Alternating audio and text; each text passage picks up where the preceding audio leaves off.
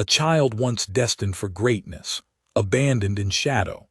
The emperor's forgotten son rises through tragedy, betrayal, and time, seeking not power, but the truth of why his father left him behind.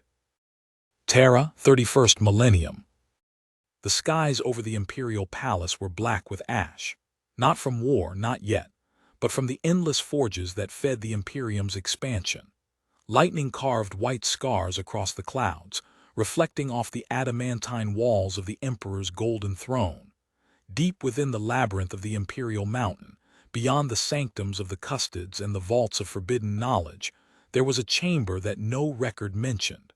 No scribe had ever been permitted to enter. It was said to contain something the emperor himself had erased from history. A cradle empty now, but not always. The air in the chamber was still, heavy with a residue of psychic power so vast it made the stone tremble. The sigils carved into the walls were not for protection, they were for containment. Centuries ago, a presence had lived here, one that had once reached out to the emperor through blood and light, only to be met with silence. His name had been struck from every archive, every gene record, every whisper, but there were some who remembered. One of them was Malcador the Sigillite. He had stood there the day the cradle was sealed, watching the emperor's face, unmoving, unreadable, as he ordered the child's existence erased. Now, after 10,000 years, the child's shadow began to stir again. It began with dreams. Far from Terra, on a barren world called Cinerus, a man awoke every night screaming from visions he could not understand. He dreamed of endless golden corridors, of a figure made of light standing at the center of the galaxy, and of a voice calling his name, a name no one had ever spoken. The man's name was Kalen, a worker in the Manufactoria, one among billions. His skin was pale from the dust, his eyes gray from exhaustion. He lived and died beneath the roar of machinery, just another gear in the Emperor's great engine. But something inside him had begun to fracture.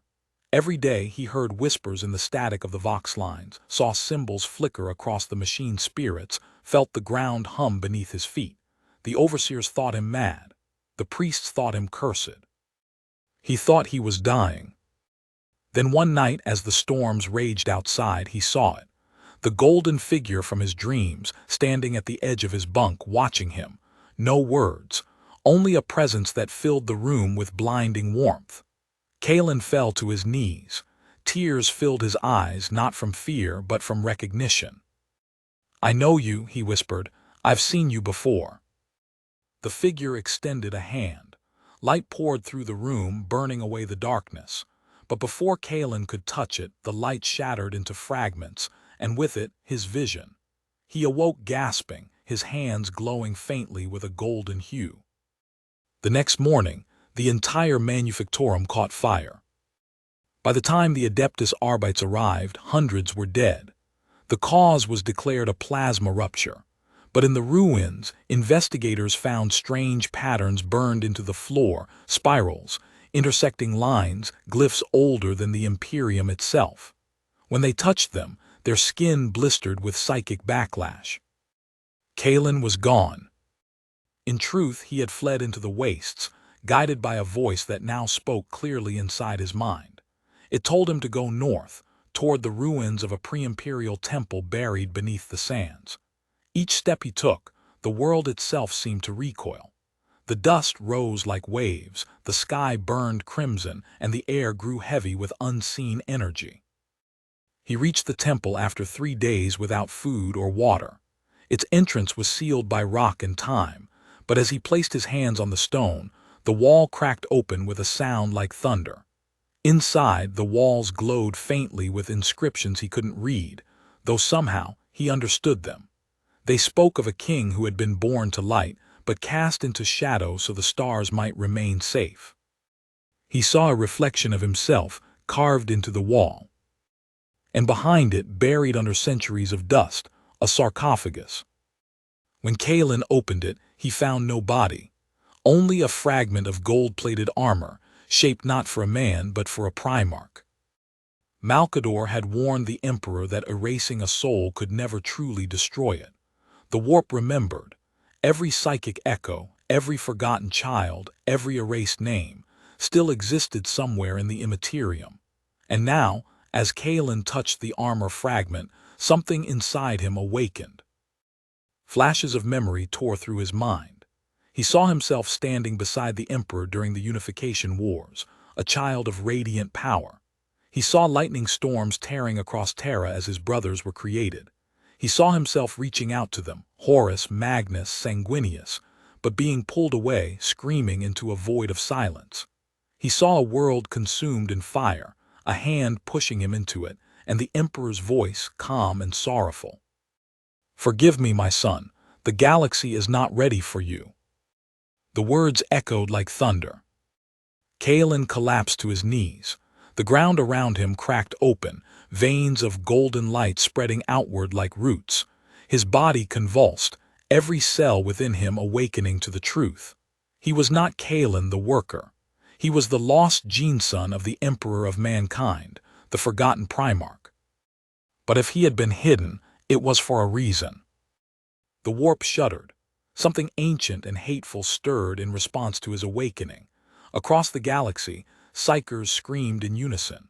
On Terra, deep within the Golden Throne, alarms that had not sounded in 10 millennia began to flare. Custodes turned toward the Emperor's chamber. The Mechanicum priests reported anomalies in the Astronomican's light.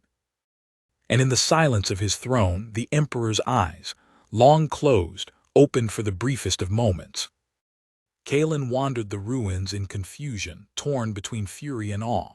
Fragments of language returned to him, the dialects of old Terra, names of his brothers, Horus, Guilliman, Lorgar, Sanguinius, all rising from the depths of his fractured mind. But alongside them came questions. Why had he been hidden? Why had his father turned from him? Why was his memory scrubbed from every record? As he grappled with the visions, something began to form in the air. A shimmer, like heat over metal, resolving into the shape of a man. His armor was ancient, his eyes burning with psychic fire. Magnus the Red. Or rather what was left of him, a spectral echo bound by the warp. "My brother," Magnus said, his voice filled with sorrow. "I wondered when you would awaken." Kalen stepped back. His instincts screamed caution, but his heart knew recognition. "Brother." Magnus nodded. "Yes, you were the one we lost before we were even found. The Emperor's first experiment, his greatest failure, and his deepest wound." Kalen's fists clenched. "He left me to die." Magnus' expression softened. He believed he had no choice. "You were different. You drew upon the warp too easily. You were a beacon, a storm. You would have torn open the veil before the Great Crusade even began." "So he destroyed me," Kalen spat. "No, he tried to save the galaxy from what you would become." Magnus hesitated. "But you survived, trapped between real space and the warp. Time for you did not move, until now." Kalen's anger burned through his confusion. The Emperor, his father, had condemned him not out of hatred but fear. Yet even as fury filled him, part of him longed for the light he once knew. Magnus extended a hand. "Come with me. The galaxy needs you. The Imperium your father built is rotting. His sons fight over dust and faith. You can still make it whole again." Kalen stared at the hand, trembling. The warp pulsed around them, as if holding its breath. And then he heard another voice, calm, cold, and familiar. "Do not trust him, my son." The air froze. The temperature dropped. Kalen turned, and before him stood the golden figure once more, the Emperor himself, not as flesh but as radiant spirit. His eyes were sorrowful, his presence immense. "Father," Kalen whispered. "You should not exist," the Emperor said quietly. "And yet you do. The warp has opened your prison. You must not listen to Magnus. His path leads only to ruin." Magnus' voice cut through the storm. "He abandoned you. He would chain you again to his throne like all of us." "Enough." The Emperor's tone carried the weight of worlds. "Kalen, hear me. The galaxy trembles on the edge of destruction. If you walk with him, the Imperium will burn. If you walk with me, you may yet save what remains of humanity. Two hands, two paths. Kalen stood between light and shadow, between father and brother, between destiny and vengeance. The echoes of 10,000 years howled in his mind. Then, for the first time, he made a choice. He stepped forward. The world shattered. The warp screamed as reality tore apart. Magnus vanished in a flash of crimson fire. The Emperor's light flickered. Kalen was thrown backward into the sands, his body writhing as golden lightning erupted from him, reaching into the sky like pillars of flame. The temple collapsed, swallowed by the storm. When the dust settled, there was only silence. Kalen opened his eyes. His body was cracked with energy, his veins glowing faintly beneath the skin. The temple was gone. The world around him had changed, the sky no longer red but deep black, filled with moving stars. He realized with horror that he was no longer on Cinerus. He stood amidst the void. And before him, an endless fleet drifted through the darkness, imperial ships, billions of lives aboard. The Astronomican's light burned faintly in the distance, pulsing like a wounded heart. Kalen felt the weight of it all pressing down on him. He was alive, he was free, and the Emperor knew. He whispered to the stars, voice trembling with both hope and dread, "Father, what have you done?" Far across the galaxy, within the golden throne, the Emperor's lips moved, just once. "Forgive me." The light went out. The void stretched endlessly before him. No light, no sound, just the weight of existence pressing down on him like the hand of a god. Kalen floated, unanchored, suspended between stars that pulsed like dying embers. His body still radiated golden light, but it was fading, dimming with every heartbeat. He tried to breathe, but the air was gone. He tried to move, but there was nowhere to go. For the first time since his awakening, he felt fear, not the fear of death, but of isolation. He reached inward, searching for the voice that had once guided him, the presence that had whispered through his blood. But the Emperor was silent. Even the warp itself seemed to recoil, as though uncertain whether to accept or reject him. Kalen drifted for what felt like centuries, though time had no meaning here. His mind replayed the last moments on Cinerus, Magnus, warning, his father's command, the blinding light that tore him from the world. He had stepped toward the Emperor, toward truth, and in doing so shattered the boundaries between them. Now he was lost. Then faintly through the emptiness he heard something, a whisper distant yet familiar, a song of war and devotion. He turned. There far across the abyss he saw light, small, flickering but alive, a world burning beneath the banners of the Imperium. Kalen reached toward it, and the void obeyed.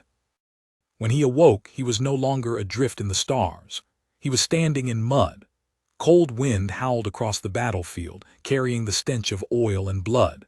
Around him stretched endless trenches filled with men in tattered uniforms, their eyes hollow with exhaustion. The sky was a churning storm of ash and fire, where titans of steel clashed in the distance. Bolter fire rained like thunder. He staggered forward, disoriented. His armor, if it could still be called that, was cracked and smoking. Remnants of the golden energy that once wrapped him now faded to dull bronze.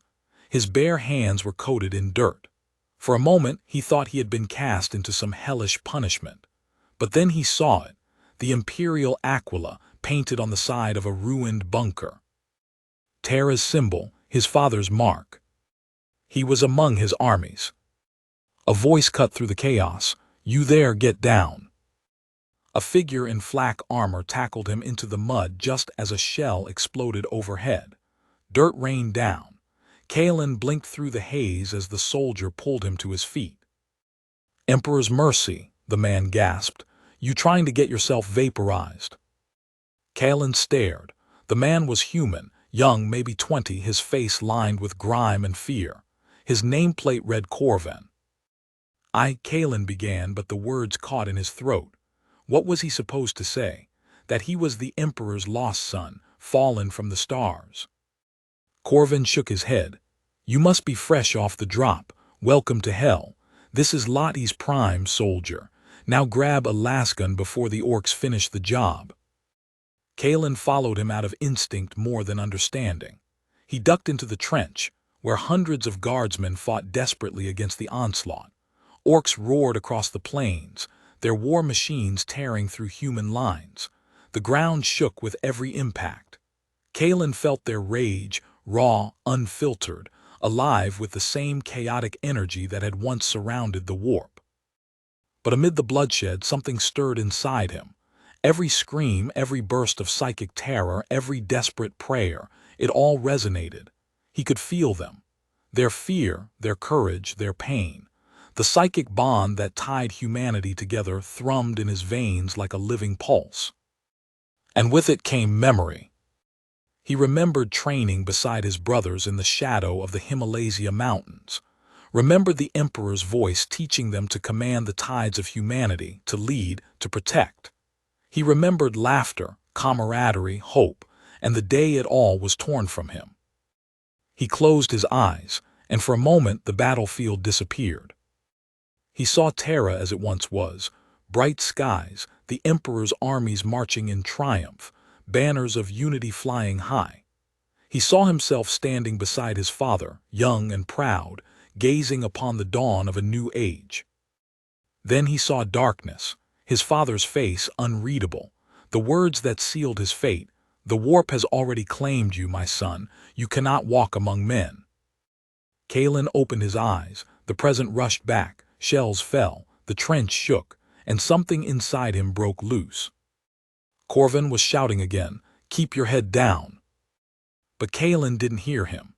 The world slowed, every heartbeat echoing in his skull. He felt the orcs approaching, thousands of them like a storm of living hatred. Their psychic noise roared in the warp, feeding on blood and battle. The guardsmen were already breaking. Kalen raised his hand. Light flared. A wave of golden fire erupted from his palm, sweeping across the battlefield like the breath of a dying star. Orcs were vaporized instantly, their screams swallowed by the roar of energy. The shockwave carved a trench miles long, turning night into day. When the light faded, silence fell. Every soldier turned toward him. Their faces were filled with awe and terror. Kalen stood amid the devastation, his skin glowing faintly once more. He looked down at his hands in disbelief. The power was returning. But with it came something else, a whisper, faint but unmistakable. "You cannot hide, my son." The Emperor's voice. Kalen looked up at the burning sky, his jaw tightening. "Then why do you hide from me?" he whispered. No answer came. News of the event spread across the sector within days. A golden figure had appeared on Lottie's prime, annihilating the orc warband with a single gesture. The survivors called him the Angel of the Mud. Imperial clergy began preaching of a living saint descended from the Emperor's light. The Inquisition called for investigation. Kalen wanted none of it. He hid among the survivors, moving from trench to trench under false names. Corvin followed him loyally, believing him a divine emissary. Every night, Kalen sat in silence, staring into the void of the sky, wondering why his father had cast him into such ruin. He knew now that he could not remain hidden for long. His power would draw attention, first from the Imperium, then from things far darker. That night, as the wind howled through the ruins, a new voice came to him. Not the Emperor, not Magnus, something older. It slithered through the darkness like a serpent. "Do you know why he left you, child?" Kalen's body went cold. "Who are you?" "Names are for the living. I am what your father feared. I am what he saw in you the moment you opened your eyes. You are not forgotten, Kalen. You are forbidden." The shadows thickened. He could feel the warp stir again, pressing against the veil. The air turned heavy, filled with whispers that clawed at his sanity. "You were not made for light," the voice continued. "You were made for balance. You were to bridge the realms, but your father could not bear what that meant, so he cast you into the void." Kaelin's fists clenched. You lie. The darkness laughed softly. Do I? Then ask yourself, why does he not speak now? Why does his light grow dim while yours burns brighter with every breath? The wind howled louder. Kaelin's vision blurred. He saw flashes of gold and black, of the Emperor standing before him, a tear in his eye. And then he saw another image, himself, crowned in flame, leading armies of mortals and demons alike. The vision shattered. He gasped, falling to his knees. The darkness receded, leaving only silence. Corvin rushed to his side. Kaelin, what happened? Kaelin looked up, his eyes glowing faintly. Nothing, just dreams. But he knew they weren't dreams. They were warnings. The days that followed blurred together. The orcs were gone, but the war never ended. The Imperium's war machine moved on, leaving Lati's prime a graveyard. Kaelin and Corvin joined the refugee convoys bound for the next front. Along the way, Kaelin watched the people, billions living in fear, worshipping a god who no longer spoke. He saw them kneel before icons of the Emperor, their lips whispering prayers to a throne-bound corpse. Each prayer was a spark of hope and a blade to Kaelin's heart. He could feel their faith pouring into the warp, sustaining the very light that his father used to keep the galaxy alive. And yet, every word they spoke was built on a lie. He was not angry at their devotion. He was angry that it had been stolen from them. At night, the visions returned. He saw Magnus again, watching from afar, sorrow in his eyes. He saw his brothers, scattered, broken, lost to corruption or duty. He saw the Imperium's endless wars, its people sacrificed for an empire that had forgotten compassion. And deep down, a question began to form. If the Emperor would not save them, could he? By the time the convoy reached the hive world of Destria, Kaelin had made his decision. He would find the truth, not through faith, not through rebellion, but through revelation. If his father had hidden him for fear of what he might become, then he would face that fear. But he would do it on his own terms. He stood atop the landing platform, the wind tearing through his hair, the night sky filled with the glow of 1,000,000 city lights.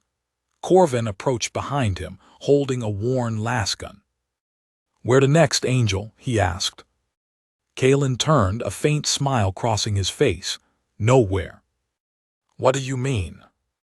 "I'm done running. It's time I learned who I really am."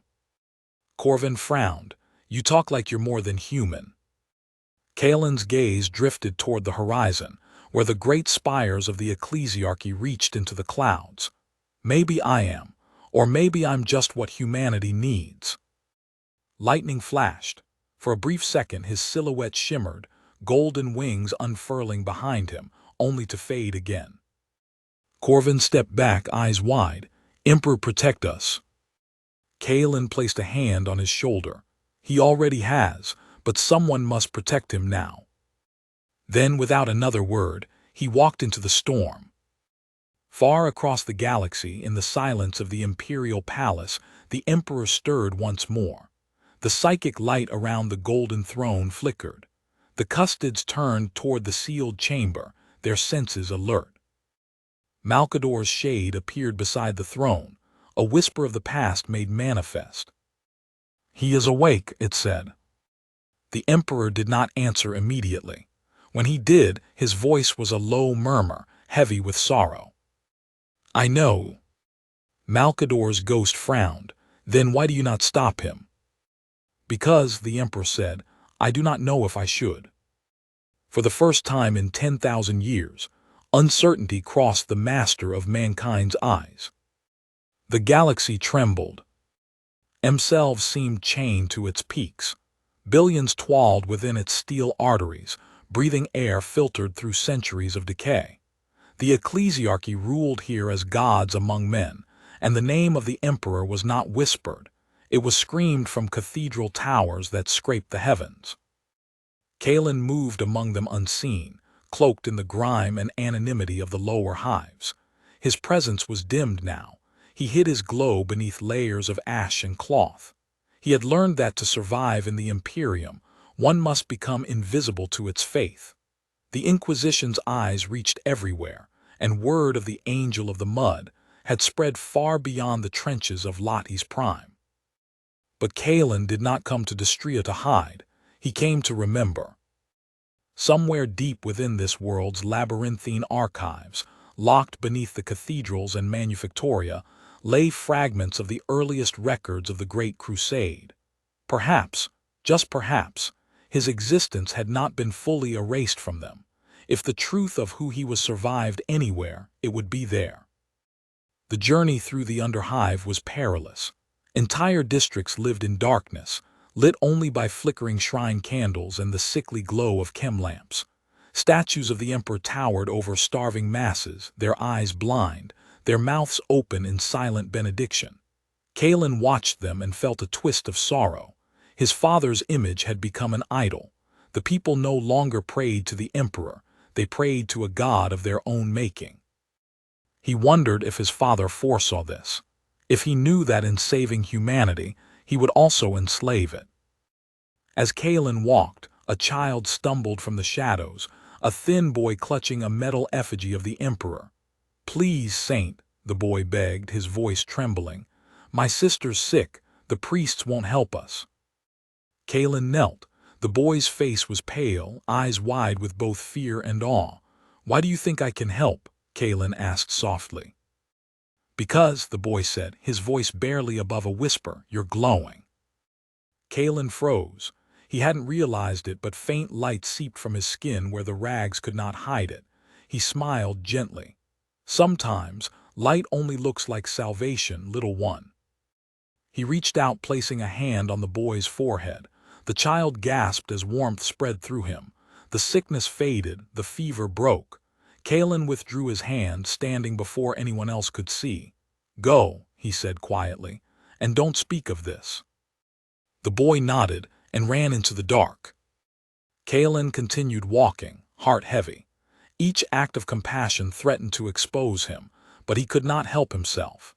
To see humanity broken and starved beneath the weight of divine bureaucracy was a wound deeper than any blade could give. It took him 5 days to reach the archive vaults. They were guarded by the Adeptus Ministorum, priests of iron and fire, whose devotion was absolute. Kalen waited until the shift changed, slipping through the service tunnels. The air grew colder the deeper he went, until the hum of machinery faded into silence. He entered a chamber of colossal size. Racks of ancient data cores lined the walls, humming softly like the heartbeat of a sleeping god. The sigils of the Emperor blazed above the doorway, warning that entry was forbidden to all but the sanctified. Kalen placed his palm against the terminal. The machine spirit stirred, and for a moment the Emperor's sigil pulsed faintly in response, as if recognizing its maker. The lock disengaged. Inside were records older than memory, hollow scrolls from the days of unification, treaties signed by the Primarchs, logs of battles fought across the stars. Kalen moved through them with trembling hands, scanning for any mention of himself. For hours he found nothing. Then, buried within a sealed data fragment marked Classified, Omega, he found it. Designation, Subject XIII, Status, Erased by Imperial Decree. Reason, Instability of psychic resonance, potential for catastrophic warp integration. Subject is to be removed from existence. Genetic material retained for research under restricted authority. Kalen read it again and again. Subject XIII, the 13th son. He sank to his knees. His father had not just hidden him, he had deleted him. His brothers had been numbered 1 through 20 with 2 lost to history. But now Kalen saw the truth. There had been 3 lost sons. Horus the favored, Lorgar the faithful, Magnus the cursed, and he the forgotten. He stared at the words until they blurred, removed from existence. So that was what he had been to his father, an error, a danger, a thing to be erased. But why had the Emperor created him at all?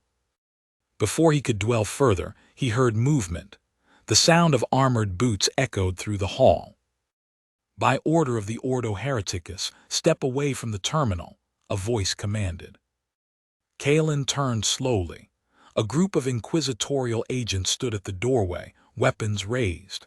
Their leader, a woman in black carapace armor, wore the sigil of the Aquila burned into her chest plate. Her eyes glowed faintly, augmetic lenses designed to detect psychic energy. She saw him and froze. "Emperor's mercy," she whispered. "You match the signature." Kalen didn't speak. "You are the one from Lottie's Prime," she said. "The so-called angel, the heretic saint." She stepped forward. "In the name of the Emperor, you are under arrest." Kalen sighed. "Do you even know who I am?" The Inquisitor leveled her weapon. "A threat, that's all I need to know." He could have fought them, could have ended it in a breath. But he saw the conviction in her eyes, the same blind faith that sustained the Imperium, and something inside him hesitated. Instead of striking, he lowered his head. "Then take me to him," he said. "Take me to Terra." The Inquisitor frowned. "You're in no position to demand." "You said you serve him," Kalen interrupted. "Then prove it. Bring me before the Golden Throne. Let him judge me himself." The chamber fell silent. The agents exchanged glances. The Inquisitor's jaw tightened. She knew what she was hearing was madness, and yet something in Kalen's tone carried weight beyond human comprehension. Finally she nodded. "Bind him." Kalen didn't resist. The journey to Terra was long and silent. They traveled aboard the Sanctis Gloria, a black ship modified for inquisitorial transport. Its holds were filled with psychers bound for the Emperor's service, souls destined to feed the Astronomican's light. Their screams echoed through the hull day and night. Kalen sat in his cell, hands shackled with null iron restraints that dampened his psychic aura. But even through the suppression fields, he could feel them, the hundreds of minds around him, flickering and dying like candles in a storm. Each death was a whisper in the warp, and the warp whispered back. He saw visions of Terra as it was now, the palace, the throne, the endless bureaucracy that worshipped a corpse, and beneath it all he felt his father's presence, vast, distant, and waning. The Emperor was alive, yes, but barely. His psychic light flickered like a dying sun. The ship trembled as it passed through the Imperium. Kalen closed his eyes, letting the voices wash over him. Among the chaos, one stood out. "Brother." "Magnus again." Kalen sighed. "You never give up, do you?" Magnus appeared before him, translucent and sorrowful. "You are walking toward the cage our father built for himself. You think you'll find answers there. You'll find only chains." "I need to see him." "For what? Closure? Redemption?" Magnus shook his head. "He will not welcome you. He will not even speak to you. The Emperor is no longer what you remember.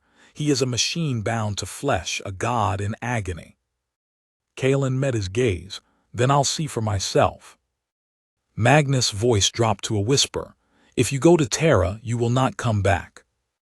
"Then let it be so." Magnus hesitated. "You are the only one of us who still carries hope, brother. Don't waste it on a corpse." Kalen said nothing. The vision faded. The ship continued its journey. Weeks later, the Sanctis Gloria emerged from the warp. Kalen looked through the viewing port, and there it was. Terra. Home. The cradle of humanity. The world where gods had walked and empires had fallen. Now a fortress world wrapped in layers of defense grids, void shields, and faith. Its surface glowed with the fires of unending devotion, billions praying in unison, their souls feeding the light of the Astronomican. Kalen's heart twisted. So much had changed, and yet it was the same world that had birthed him. When the ship landed, the Inquisitor escorted him through the maze of the Imperial Palace. Every corridor was filled with relics, every statue carved in the Emperor's likeness. Custodians watched from the shadows, silent and unreadable. As they descended deeper into the mountain, Kalen felt it, the pull, a gravity beyond gravity. The throne called to him, its psychic hum resonating with his very blood. They reached the final gate. The Inquisitor turned to him. "You asked to stand before him. This is your moment. Speak wisely." The gate opened. The light was blinding. Kalen stepped forward, his heart pounding. The air shimmered with divine power, every breath tasting of ozone and eternity. And there, upon the golden throne, sat the Emperor. His body was still, entombed in the machinery that sustained him. His eyes glowed faintly, his flesh pale as marble. Kalen fell to his knees. "Father." For a long time there was only silence. Then a voice, not heard but felt. "You should not have come." Kalen looked up, tears in his eyes. "You erased me. Why? You were never meant to live. I was your son. You were my failure." The words cut deeper than any blade.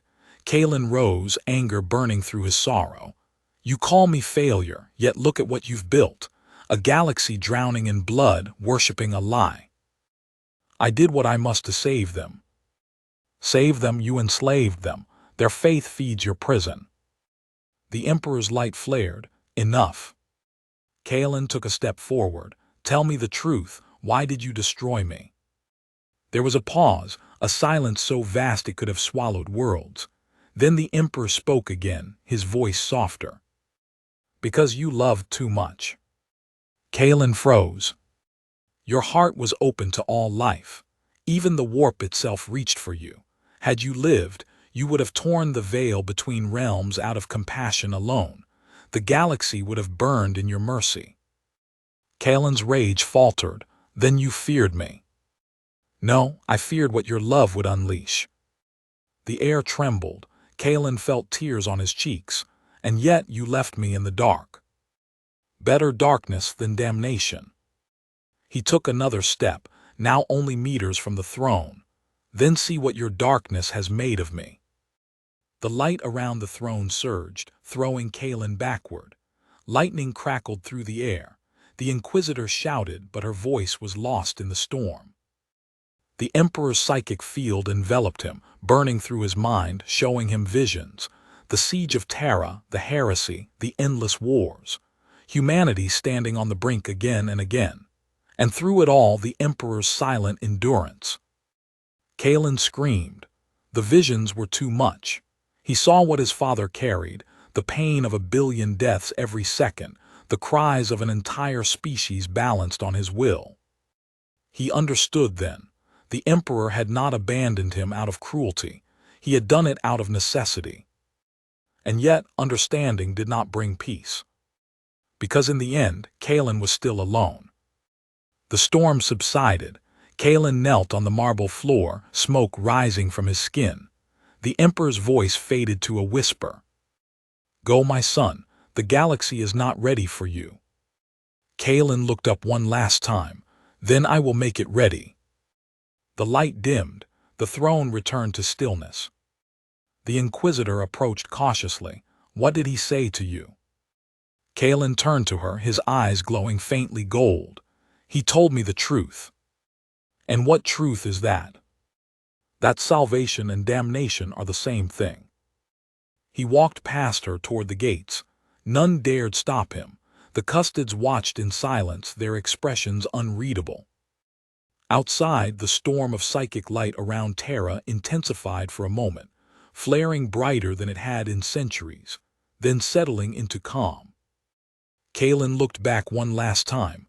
"I will not be forgotten again," he whispered. And with that, he vanished into the void. The galaxy was on fire. The echoes of Horus' betrayal had splintered everything the Emperor had built. Across the stars, worlds burned in his name while others cursed it. The forgotten son watched it unfold not from the surface of a world, but from the silent orbit of a dying star. He had been ordered to remain unseen. It was both punishment and protection. Yet the psychic tides of rebellion carried whispers even here. The name Horus reached him before any formal report did. The name alone was a wound. He remembered the day Horus was found, the celebrations that rippled through the imperial palace, the emperor's joy, the father's warmth. The entire palace shone brighter that day, but the forgotten son, Valen, had watched from a balcony high above the great hall, unseen among the golden statues. He remembered the laughter that wasn't meant for him. Now, centuries later, the echo of that moment felt prophetic. Valen had no legion. His few thousand followers, soldiers, scholars, and artificers, were ghosts of an idea that had never lived. They called themselves the Solar Orphans. Their armor bore no sigils. No banners hung in their halls. They fought where no one would fight, healed what others left to die, and buried the forgotten dead of the Imperium. To the administratum they did not exist. To the emperor they once did. When news of Horus' rebellion reached them, Valen didn't hesitate. He summoned his small council aboard the Silent Spire, a vessel older than the heresy itself. Its bones were golden, its lights dimmed to near twilight. "The Emperor bleeds," said Captain Alarin, his voice low. "They say Horus struck him down upon Istvan." "Rumors," Valen answered.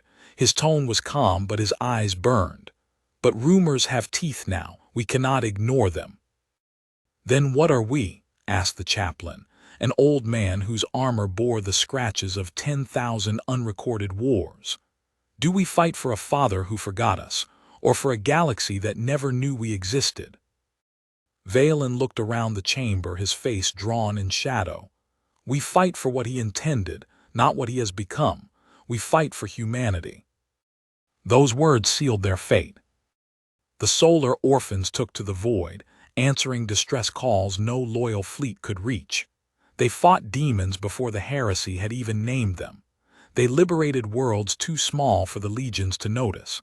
And everywhere they went, they left nothing of themselves. No statues, no records, only silence. But silence cannot last forever. When the Astronomicon flickered for the first time, Valen felt it through his soul like a scream. The psychic beacon, the Emperor's light, wavered. For a moment, every psyker across the Imperium felt blind. Ships vanished. Warp storms grew violent. And Valen, bound by psychic blood to the Emperor, collapsed to his knees as pain seared through his mind. He saw flashes of the palace. Blood, betrayal. The golden throne cracked by thunder. And in that vision, a whisper, not from the Emperor but from something older, darker, pressed into his mind. "You were never forgotten. You were hidden." He woke gasping. His chamber was empty, but the air still vibrated with that voice. He felt the truth in it. His exile had never been abandonment, it was concealment. The Emperor had placed him far beyond the reach of Horus' corruption. But for what purpose? The answer came days later. A single astropathic message reached them through the warp's chaos. It bore the sigil of Terra itself. A voice he had not heard in millennia, Malkador the Sigillite, spoke in fragmented tones. "Valen, the palace burns, the Warmaster marches. You were hidden for this. Return, the Emperor calls." The transmission ended there, consumed by static. Valen stood alone before the viewports of the Silent Spire. The stars stretched endlessly, cold, unreachable. "After all these years," he whispered, "he remembers." He ordered the ship toward Terra. The journey through the warp was a nightmare. The storms screamed, psychic entities clawed at their hull, and time itself broke. Days became months. Months became a single, eternal instant. Crewmen aged into dust while others regressed to children. Valen held them together with sheer will, his psychic aura blazing gold against the horrors that sought to devour them. When they finally emerged from the warp, Terra was a fortress wreathed in fire. Orbital debris turned the sky into a storm of burning metal. The fleets of Horus and the Emperor clashed in a cataclysm that defied description. Titans walked among the ruins of humanity's cradle. And above it all, the vengeful spirit, Horus' flagship, hung like a god of war. Valen's ship broke through the defensive perimeters by transmitting ancient codes, ones only the Emperor's hand could have written. Imperial defenses hesitated, then parted. The Silent Spire descended into the atmosphere, landing amidst the ruins near the Imperial Palace's southern walls. He disembarked with his warriors, 300 solar orphans who had survived the warp. Their armor gleamed faintly beneath the ash storms, marked only by a single symbol, a sun split in two. "Is it true?" one of them asked quietly. "Did he call for you?" Valen nodded, though uncertainty gnawed at him. "If he did not, then I will still come. If he did, then he has not truly forgotten." The siege had already reached its zenith. Everywhere he looked, sons of the Emperor slaughtered one another. The air reeked of burning promethium and blood. The screams of dying Primarchs echoed through the warp like thunder. And yet, amid all the chaos, Valen felt a pull, a thread guiding him deeper into the palace. He followed it. Through shattered halls once filled with saints' statues, through corridors painted in firelight, until finally he reached the inner sanctum, the eternity gate itself. Custodians barred his path, their halberds glinting gold even through the smoke. "None may pass," said their captain, his voice steady even in the apocalypse. Valen removed his helm. "Tell him his forgotten son has returned." The custodian hesitated. Recognition flickered, some buried protocol surfacing after millennia. Without a word, he stepped aside. Valen entered the throne room. The sight stopped his heart. The Emperor lay broken upon the golden throne, his body shattered beyond mortal repair. Lightning coursed through the air. The psychic maelstrom surrounding him was unbearable, and before him knelt Malcador, his frail frame illuminated by dying light. Malcador looked up as Valen approached. "You came," he said, voice like dry paper. "Good, he knew you would." Valen knelt beside the Emperor, trembling. The golden armor was cracked, the flesh beneath burned and ruined. Yet even in ruin he radiated divinity. "I was hidden," Valen whispered. "Why?" Malcador's eyes closed. "Because if Horus knew of you, he would have killed you first. You were his last contingency, his blood reborn outside the web of fate." Valen's thoughts spiraled. "And now?" "Now," said Malcador, "you must choose." Lightning surged. The Emperor stirred faintly. His eyes, golden suns behind veils of agony, opened. "Valen," he said, voice breaking the silence of eternity, "do not mourn me. The Imperium must live. Sit upon the throne in my stead until I return." The chamber shook. Malcador cried out as the psychic backlash tore through him. The sigils of his soul began to burn away. He was dying, burning himself out to sustain the throne. Valen tried to protest, but the Emperor's will pressed down upon him like gravity itself. "You are my son," he said.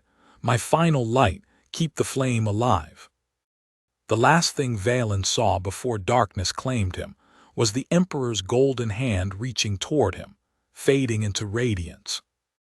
When he awoke, Malcador was gone. The Emperor sat unmoving upon the throne. The war was over. Horus was dead. Terra lay in ruins. And Valen understood the curse that had been placed upon him. He would sit upon that throne, not as ruler, not as god, but as keeper. His soul bound to the machine, his body frozen in golden agony. The Emperor had not forgotten him. He had prepared him for this. The forgotten son was now the silent warden of humanity's future. But in the deepest corner of his mind, something whispered still, the same voice that had spoken before. "Hidden does not mean alone." The light of the golden throne flickered. For a heartbeat, another consciousness moved within it, ancient, alien, watching. Valen realized then that his story was far from over. The golden throne was not silent. That was the first truth Valen learned. Beneath the hum of ancient machinery, beneath the psychic storm that never ceased, there was something alive, something breathing. It was not the Emperor, he was beyond breath now, but the machine itself, as if a portion of the Emperor's soul had soaked into its circuits and conduits. Each exhale was a whisper through the warp. Each inhale drew pain from a billion psychers dying in the galaxy above. Valen's body had become part of it. When he first awoke, he thought he was dreaming. Gold had fused with flesh. Veins had hardened into filaments of light. His mind, stretched beyond human measure, floated between matter and spirit. The sensation of his heart beating was replaced by the pulse of the astronomicon. Every time it flared, a fragment of his consciousness dissolved into the endless psychic sea. He wanted to scream, but he had no mouth. The throne did not allow for sound. It only permitted thought, and those thoughts were shackled, filtered through mechanisms older than comprehension. Time ceased to mean anything. Days were seconds. Centuries passed as he blinked. He felt his warriors die one by one in the ruins of the palace, but he could not move to save them. The throne demanded stillness. The emperor's light required his immobility. At first he believed this was what his father wanted, to preserve the beacon of humanity. But as the years stretched into centuries, Valen began to sense something else within the machine. A presence. It moved behind the golden mechanisms like a shadow behind glass. It was neither demon nor man. It had no face, no voice, yet it echoed with familiarity. It spoke without words. "Do you understand your purpose now, my son?" The voice was like the Emperor's, but twisted, drawn through the machinery into something alien. Valen resisted. "I am his keeper. I serve the Imperium." The voice pulsed. "You serve something greater than the Imperium. You sustain the light that blinds them all." Then it vanished, leaving Valen alone in the sea of static and light. Decades later, or perhaps moments, he began to see through time itself. The warp granted him glimpses of what the Imperium had become. He watched the high lords of Terra squabble over power. He saw fleets sent into meaningless wars in his name. He witnessed planets burned, millions executed for doubt, and monuments raised not to the emperor's ideals but to his corpse. Valen wept within the machine. His father's dream had turned to rot. The Imperium no longer worshipped truth or unity. They worshipped the shadow of a god bound to a chair. He tried to reach them through the astronomicon, tried to speak, to guide, to whisper reason into the ears of those who ruled. But the throne fought him. The machinery constricted his thoughts, bleeding them into meaningless radiance. Every time he tried to speak, the light of the beacon flared brighter, burning away his intent. And through it all, the hidden presence within the throne grew louder. It began to show him visions. He saw the birth of the astronomicon, how it had been constructed long before mankind's ascension. He saw the sigils burned into its foundations, written in a language not of earth, but of something older, buried beneath Terra's crust since the dawn of creation. He saw the emperor study those symbols in secret, his expression both reverent and afraid. And he realized the throne had never been meant for humanity. It had been repurposed, reshaped.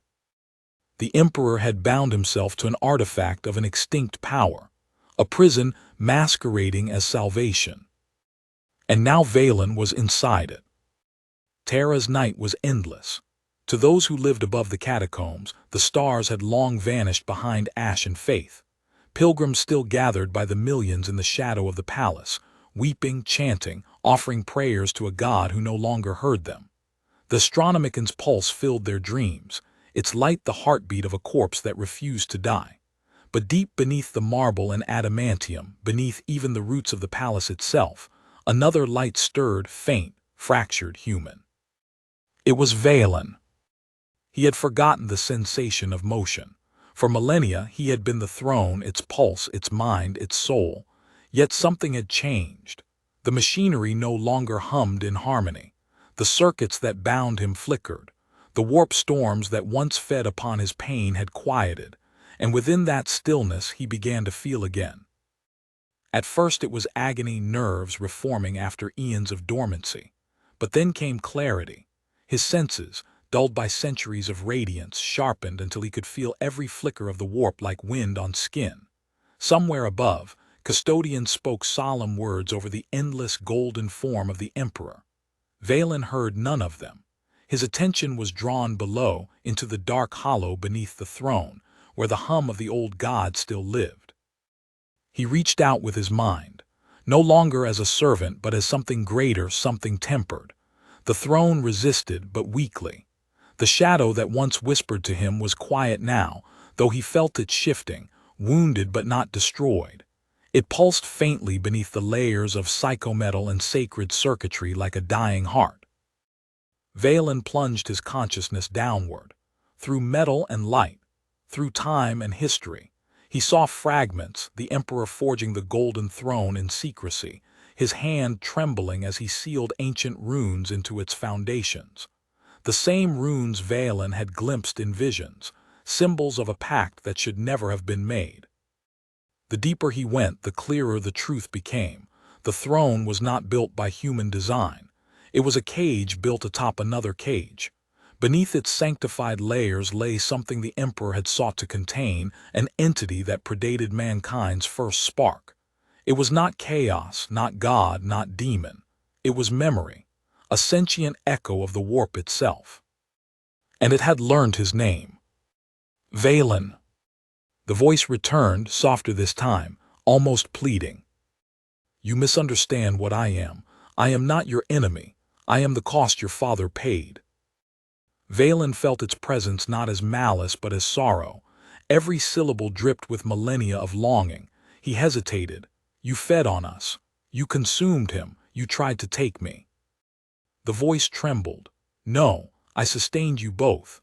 The throne's light cannot burn without sacrifice. I am the echo that bears the pain so that the galaxy may see. It showed him visions. Entire worlds bathed in the Astronomican's glow. Fleets navigating safely through the warp because of its signal. Psychers guided, ships preserved, billions alive. And with every image, Valen saw the price. Psychers dying by the thousands each day, their souls consumed to maintain the light. You call me hunger, the voice said, but hunger sustains the living. Without me, there would be nothing. Valen recoiled from the revelation. For the first time in ages, doubt crept into his heart. Could it be true? Could this ancient presence have been the necessary foundation of all humanity's survival? But then came the next vision, darker, colder. A future glimpsed through cracks in reality, the throne extinguished, the Astronomican gone, humanity blind, fleets drifting helplessly through the void as demons feasted upon their souls, the Imperium collapsing into silence. And through that darkness, a single light remained, small, trembling, but pure. It was him. The vision shattered. Valen awoke screaming, his mind blazing gold. He realized then that his essence, his soul, had become intertwined with the Astronomican. He was no longer merely sustaining it. He was it. Every pulse that stretched across the galaxy carried fragments of his being. Every navigator who saw the light saw through his eyes. He was humanity's last candle. But the throne was dying. Cracks appeared in the psychic lattice. The golden conduits burned too hot. The custodians and tech priests above spoke of malfunctions, of flickers in the divine signal, never daring to call it what it was, the end. Valen could feel the Emperor fading deeper into the warp, his essence stretched thin across eternity.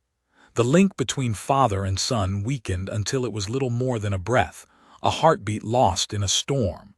Yet that faint presence still whispered hope.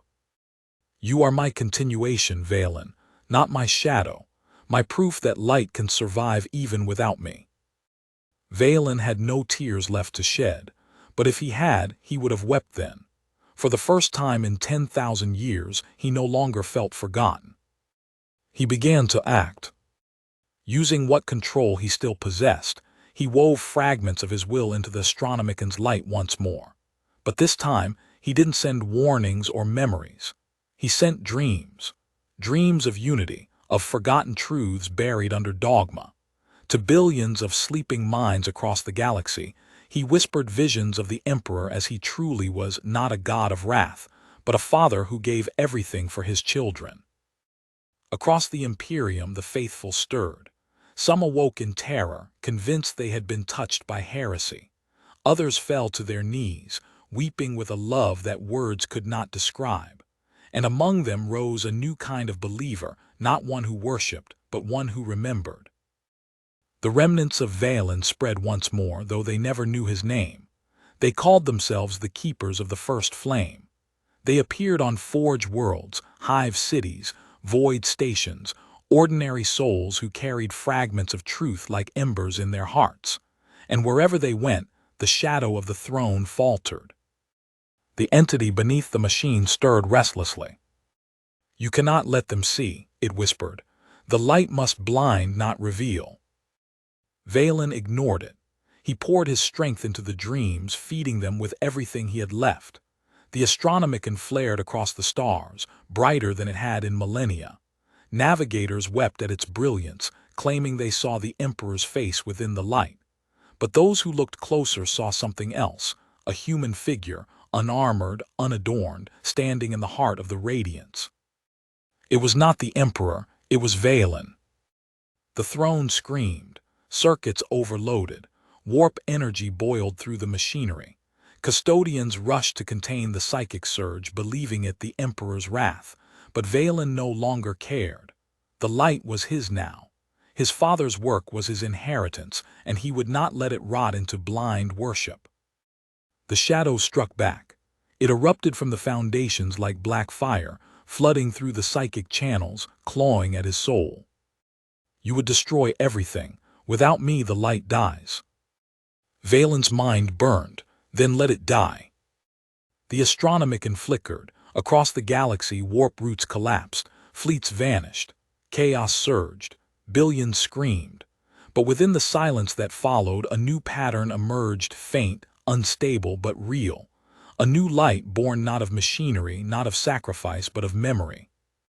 It came from the hearts of those who remembered the truth. The keepers of the first flame lit candles in the darkness, each one a spark of psychic resonance. Together, they formed a constellation of hope, scattered but connected. Valen felt it like a tide washing over him. Humanity, fractured though it was, still believed not in divinity but in purpose. And that belief, pure and uncorrupted, began to feed the Astronomicon anew. The shadow shrieked, disintegrating under the weight of that unity. It tried to retreat into the throne, but the machinery itself rejected it. The runes that once bound it now burned with Valen's will.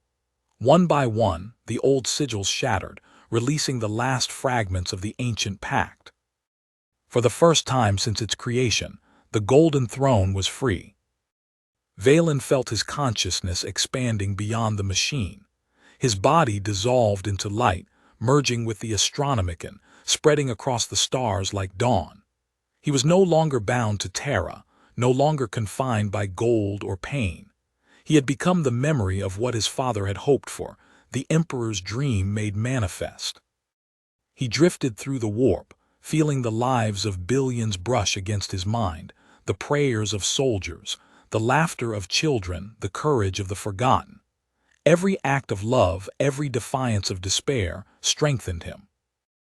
In that vast chorus, he heard the Emperor's voice one final time. "Well done, my son." The words echoed through eternity. Valen did not answer. He simply smiled, a gesture the galaxy would never see, and let his light scatter into infinity. On Terra, the Astronomicon burned steadier than ever before, though none could say why. The tech priests claimed the Emperor's divine will had renewed itself. The ecclesiarchy declared it a miracle. The custodians stood watch, silent as always. But in the quiet between pulses, in the spaces between prayers, there lingered a second rhythm, softer, human. The heartbeat of a forgotten son who had never truly been forgotten at all. And far across the void, on a nameless world beneath a red sun, a child looked up at the night sky. For the first time in her life, she saw a faint glow where none had been before. She did not know its name, nor the story behind it. But when she closed her eyes, she heard a whisper carried by the stars. "The Emperor's light is not a throne. It's a flame, keep it alive." The girl lit a candle. And somewhere across time and silence, Valen's light flickered in answer, eternal, enduring, forgotten no more.